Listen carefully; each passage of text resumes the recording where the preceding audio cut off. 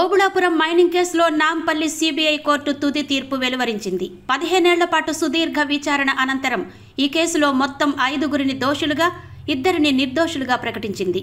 ఈ కేసులో ప్రధాన నిందితులైన గాలి జనార్దన్ రెడ్డి, బివి శ్రీనివాసరెడ్డి, మొఫజ్ అలీ ఖాన్, గనుల శాఖ అప్పటి డైరెక్టర్ విడి రాజగోపాల్ను దోషులుగా నిర్ధారిస్తూ శిక్షలు ఖరారు చేసింది. గాలి జనార్దన్ రెడ్డి సహా 4గురికి 7 ఏళ్ల పాటు జైలు శిక్ష ఖరారు చేసింది. అలాగే దోషులకు 10,000 చొప్పున జరిమానా విధిస్తూ తీర్పు వెల్లడించింది. ఈ కేసులో దోషిగా తేలిన ఓబుళాపురం మైనింగ్ కంపెనీకి 2 లక్షల జరిమానా విధించింది. జరిమానా చెల్లించకపోతే అదనంగా మరో ఏడాది జైలు శిక్ష అనుభవించాల్సి ఉంటుందని కోర్టు స్పష్టం చేసింది.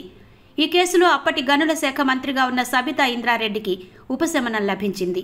ఆమెతో పాటు అప్పటి పరిశ్రమల శాఖ కార్యదర్శి కృపానందంను సిబిఐ కోర్టు నిర్దోషులుగా ప్రకటించింది.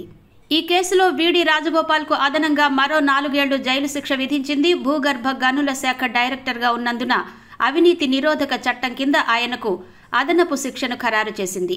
ప్రభుత్వ అధికారిగా ఉంటూ అక్రమాలకు పాల్పడినందున మొత్తంగా 11 ఏళ్ల పాటు అతడికి జైలు శిక్ష పడినట్టయింది. ఓఎంసీ కేసులో A1 బివి శ్రీనివాసరెడ్డి, A2 గాలి Janardhan Reddy, A3 VD Rajagopal, A4 OMC company, A7 K Mofaz Ali ఖాన్లను దోషులుగా తేల్చిన court A8 Krupanandam, A9 Sabitha ఇంద్రారెడ్డిలను నిర్దోషులుగా ప్రకటించింది. ఓఎంసీ కేసు విచారణ దశలోనే A5 లింగారెడ్డి మృతి, A6 శ్రీలక్ష్మిని 2022లో కేసు నుంచి డిశ్చార్జ్ చేసిన తెలంగాణ హైకోర్టు.